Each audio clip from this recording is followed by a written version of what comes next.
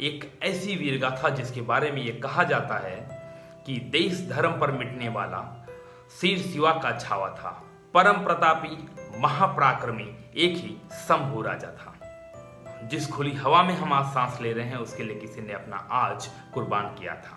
ये वीरगाथा हमें इस बात की एहसास कराएगी कि हिंदुस्तान में हिंदू साम्राज्य और हिंदू बादशाहत की गौरवपूर्ण स्थापना करने वाले हिंदुस्तान के सबसे बड़े नायक यानी कि छत्रपति शिवाजी महाराज के बेटे संभाजी महाराज के बारे में। स्वागत है दोस्तों, मेरा नाम कृष्णा शर्मा है और आप देखना शुरू कर चुके हैं कहानी वीरों की फरीटा इन्फो पर।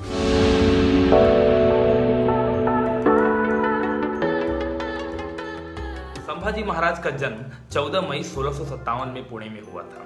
संभाजी महाराज का जीवन और उनकी वीरता ऐसी थी कि उनका नाम सुनते ही औरंगजेब के साथ साथ मुगल सेना थर्राने लगती थी। संभाजी महाराज के घोड़े के टाप सुनकर मुगल सेना के हाथों से अस्त्र और शस्त्र दोनों गिर जाते थे। यही कारण था कि छत्रपति शिवाजी महाराज की मृत्यु के बाद संभाजी महाराज ने हिंदुई साम्राज्य को अछूत रखा।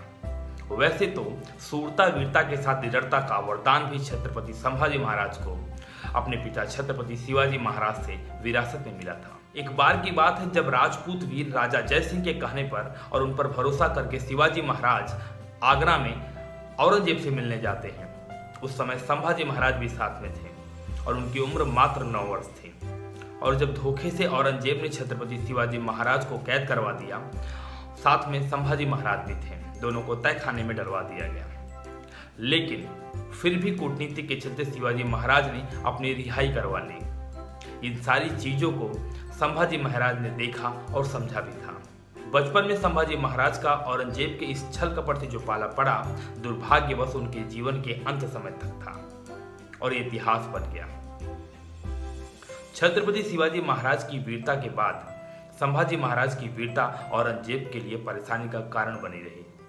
संभाजी महाराज अपने पिता छत्रपति शिवाजी महाराज के गुणों और उनके नीतियों से, उनकी रक्षा नीतियों से भली भांति परिचित थे। एक समय ऐसा भी आया जब संभाजी महाराज ने अपने दूरदर्शी नीति का एक उदाहरण पेश किया, जब उनका रामशेष का किला औरंगजेब को 5 सालों तक टक्कर देता रहा। इसके बाद संभाजी महाराज ने औरंगजेब के कब्जे वाले इलाके औरंगाबाद से लेकर विदर्भ तक के सभी सूबों से लगान वसूलना शुरू कर दिया। इसी कारण औरंगजेब इस कदर बौखलाया कि वो स्वयं संभाजी महाराज को पकड़ने के लिए दक्खन आ गया। यहाँ पर उसने संभाजी महाराज को पकड़ने के लिए अपने बेटे शहजादे आजम को तय किया। शहजादे आजम ने संभाजी महाराज को पकड़ने के लिए कोल्हापुर से मोर्चा खोला, तो यहाँ से सेनापति मोहिते आजम का मुकाबला करने गए। सेनापति आजम की सेना को बुरी तरह से हरा दिया।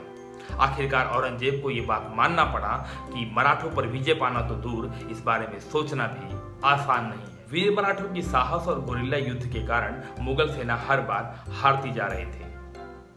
औरंगजेब की सबसे बड़ी समस्या जो थी वो दक्खन में संभाजी महाराज थे, जिनका नाम हम लगातार बढ़ता जा रहा था। औरंगजेब बार बार पराजय होने के बावजूद संभाजी महाराज से युद्ध जारी रखा। इसी दौरान संभाजी महाराज के 300 सैनिकों को कोंकण में बुरकन के 3000 सैनिकों ने घेर लिया। उनके बीच भीषण युद्ध हुआ। इस युद्ध के बाद राजधानी रायगढ़ में जाने की बजाय संभाजी महाराज अपने जाबाज सिपाहियों के साथ मुगल सेना पर टूट पड़े। मुगल सेना द्वारा घेरा यानी कि घेराव करने के बाद बड़ी वीरता से संभाजी महाराज उनके घेरे को तोड़ते हुए निकलने में सफल रहे और राजधानी रायगढ़ जाने की बजाय उन्होंने निकट ही किसी जगह पर ठहरने का निर्णय लिया। और मुकरब खान इस समय भी इसी शंका में रह गया कि राजधानी रायगढ़ में संभाजी महाराज पहुंच गए हैं। इसी दौरान एक बहुत बड़ी गड़बड़ी हो गई। एक मुखबिर ने मुगलों को बता दिया कि संभाजी महाराज रायगढ़ की बजाय एक हवेली में ठहरे हुए हैं और ये बात अब आग की तरफ फैल गई। ये बात औरंगजेब को भी पता चल गई। जो काम मुगल सेना नहीं कर पाई, एक मुखबिर ने कर दिया। इसके बाद होना क्या था, औरंगजेब की सेना ने हवेली को चारों तरफ से घेर लिया और संभाजी महाराज को बंदी बना लिया। 15 फरवरी 1689 का वो काला दिन इतिहास के पन्नों में आज भी दर्ज है। और संभाजी महाराज का खौफ देखिए कि पकड़े जाने के बावजूद उन्हें जंजीरों और बेड़ियों में बांध के औरंगजेब के सामने लाया गया। औरंगजेब के सामने आने के बाद भी उनकी आंखों में जरा भी डर नहीं था और जब उन्हें औरंगजेब ने झुककर सलाम करने को कहा तो उन्होंने तुरंत मना कर दिया। उसके बाद गुस्से में औरंगजेब अपने तख्त से उठा और संभाजी महाराज के सामने आकर उन्हें लालच देने लगा कि अगर तुम इस्लाम कबूल कर लेते हो तो मैं तुम्हारी सारी गुनाहें माफ कर दूंगा और तुम्हें छोड़ दूंगा। आगे का सुनकर आपकी आंखें नम हो सकती हैं, क्योंकि संभाजी महाराज द्वारा सभी लालचों को ठुकराने के बाद औरंगजेब गुस्से में आ जाता है और वो गुस्से में आकर गर्म सलाहें उनकी आंखों में डलवाकर उनकी आंखें निकलवा देता है। इसके बाद भी हमारे संभाजी महाराज अपनी धर्म निष्ठा पर अडिग रहे। उन्होंने किसी भी सूरत में हिंदू धर्म को छोड़कर इस्लाम कबूल करना नहीं स्वीकारा। इसके बाद संभाजी महाराज को लगातार प्रताड़ित किया जा रहा था और उन पर इस्लाम स्वीकारने का दबाव डाला जा रहा था। संभाजी महाराज के न मानने पर उनका वध करने का निर्णय ले लिया गया। 11 मार्च 1689 को बाजार के चौराहे पर सुबह 10 बजे पहले कवि कलश को और बाद में हमारे संभाजी महाराज को मार दिया गया।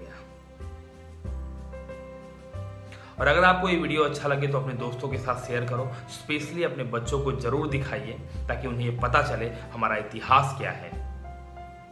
और अगर आप इस चैनल पे नए हो तो इसको सब्सक्राइब करना ना भूलें। तब तक के लिए जय हिंद, फिर मिलेंगे किसी न्यू टॉपिक के साथ।